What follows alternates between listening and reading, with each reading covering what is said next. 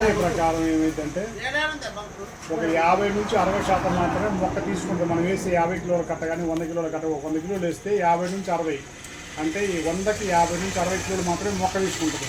మిగిలిన 40 నుంచి 50% అనేది భూమిలో కొంత భాగం కరగకుండా ఏరుకి అందకుండా పేరకపోద్ది, కొంత ఏమో నీళ్ళ కొట్టకపోద్ది.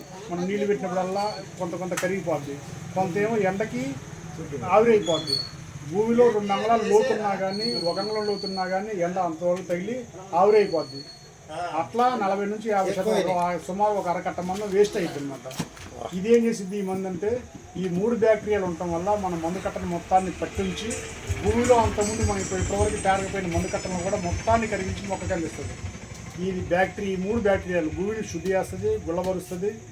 దాంతోపాటుగా మనం వేసే మందు కట్టని 50 కిలోలు వేస్తే 50 కిలోలు మొక్క కందిస్తుంది. అది చేసేది ఎకరానికి 300 రూపాయలు అవుతుంది.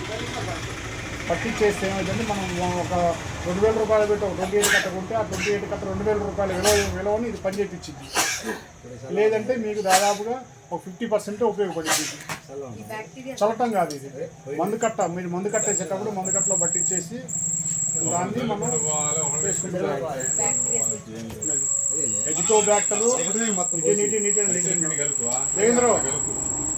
ఎజిటోబ్యాక్టరు, PSB phosphorus soluble bacteria, KMB potash mobilising bacteria, ఇట్లా 3 రకాల బ్యాక్టీరియాలు కూడా ఒకటే లీటర్ డబ్బాలో ఉంటాయి. ఇదేది బయో మందు కాదు, ఇంకోటి కాదు, శాస్త్రవేత్తలు తయారు చేసిన క్రిప్కో కంపెనీ మందు. ఇది ఏంటంటే భూమిని శుద్ధి చేస్తుంది, మనం వేసే మందు కట్టల్ని 100% ఉపయోగపడేట్టు చేస్తుంది. ఎక్కడా మందు అనేది వేస్ట్ కాదు. శాస్త్రీయంగా తయారు చేసిన శాస్త్రీయ మందు ఇది. పొటాష్ మొబిలైజింగ్ బ్యాక్టీరియా అంటే పొటాష్ని కరిగిస్తాం అన్నమాట. మనం వేసే పొటాష్ని కానీ భూమిలో ఉన్న పొటాష్ని కానీ పట్టేసి అట్లుంచి కరిగించి స్లోగా మొక్క అందిస్తుంది. దాదాపుగా ఒక 4 రోజుల పాటు మొక్క అందిస్తుంది. ఇలాంటి బ్యాక్టీరియాలు భూమిలో పెరగడం, ఇది మంచి బ్యాక్టీరియాలు అనమాట. భూమిలో పెరగడం వల్ల చెడు బ్యాక్టీరియా వృద్ధిని ఆపుద్ది. 2 రకాల ఎరువులతో పాటు ఏంటంటే చెడు బ్యాక్టీరియా భూమిలో పెరగకుండా మంచి బ్యాక్టీరియా పెరగడం వల్ల భూమి మళ్ళీ మనం పాత కాలం నాటికి పేడేసినట్టుగా భూమి గుళ్ళవారిపోయి మళ్ళీ భూమి కొత్త జీవం పోసుకుంటుంది ఇలాంటి బ్యాక్టీరియాలు వాడితే. ఇది ఎలాంటి కెమికల్ మందు కాదు, ఎలాంటి బయో మందు కాదు, పూర్తిగా జీవరసాయనం అంటారు అన్నమాట. జీవరసాయనం అంటే 100% ప్యూర్ ఆర్గానిక్ బ్యాక్టీరియాలు. ఇది మన కరోనా వైరస్ లాగా ఇది ఒక బ్యాక్టీరియా అన్నమాట. ఏంటంటే భూమిలో మొత్తం స్ప్రెడ్ అయిపోయి భూమిని గుల్లవరుస్తుంది, చెడుని మొత్తాన్ని తీసేసి భూమిని మంచి చేస్తుంది అన్నమాట. ఎకరానికి 1 లీటర్ ఎన్నిసార్లు అయినా ఏ పంటకైనా వాడుకోవచ్చు.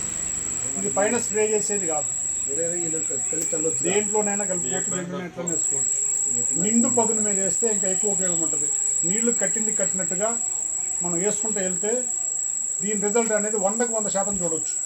మనం పోయటమే కాదు, మొత్తం కలపటమే, కలిపేసి 100 అనేది చూడవచ్చు. సార్లు పోయటమే.